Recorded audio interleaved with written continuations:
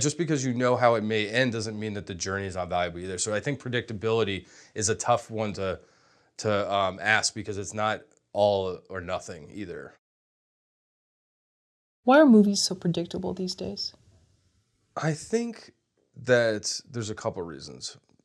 One is the amount of content that is out now, and I think it gives us the impression that movies are all predictable when maybe it's just the movies that we're watching, that or like the things that we think, or the movies that have the big releases. If that's the question, are they predictable?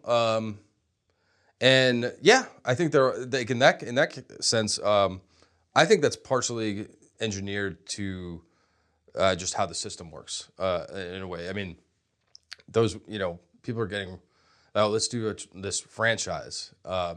There's familiarity in maybe the predictability of certain things.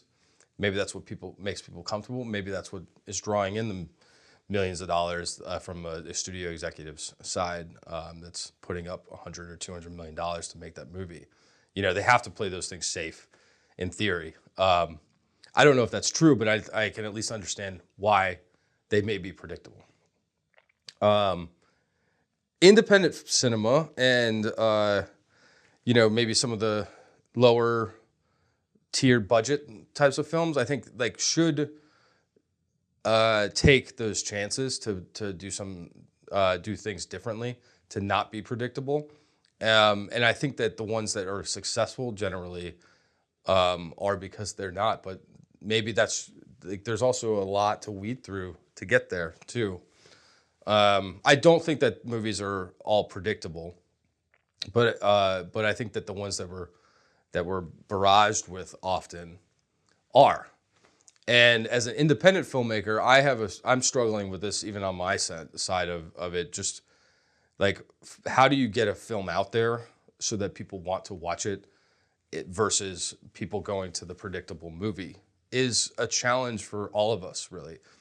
And yeah, I mean, I don't think that movies are all predictable, but I think there are reasons why we think that they are. And many of them really are too. And it's just kind of what we're exposed to sometimes as well. But you mentioned that you've been watching movies that you hadn't seen in many years because, in some sense, whether there was a nostalgia there or you felt just the storytelling was better? Yeah, I think there's both. I mean, but you can't make these movies today without them people would think that they're predictable also. Like, I mean, like, what did I just watch the other day? The Fugitive with Harrison Ford.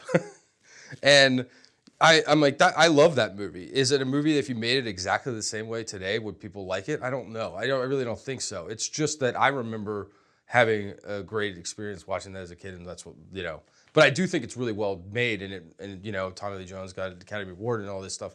And that movie was also a movie I know was saved in the edit too.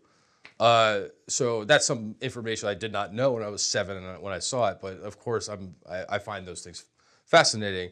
And also, some of this is valuable, maybe, or like, I grew up in the age of DVDs and director's commentaries where you get to listen to all this stuff. None of that exists really anymore, and I kind of miss all of that. And I think that there's a disconnect between the movies that we're watching, which just seem maybe cookie cutter, as you were asking me about earlier, because of the sheer volume and all the streamers and everything. It's just they have to put up new stuff every 2 days to keep subscribers or whatever it is that they think. But there's also no way for me to really get involved with that kind of like personal connection that I felt like I had when I was younger as a up and coming student in filmmaking and things like that. Where like I've listened to every single commentary and behind the scenes interview and all that stuff, and I just don't see it anymore. I'm not sure where and why that is. It's just the way films are distributed now, I guess. But that's kind of where, like, watching.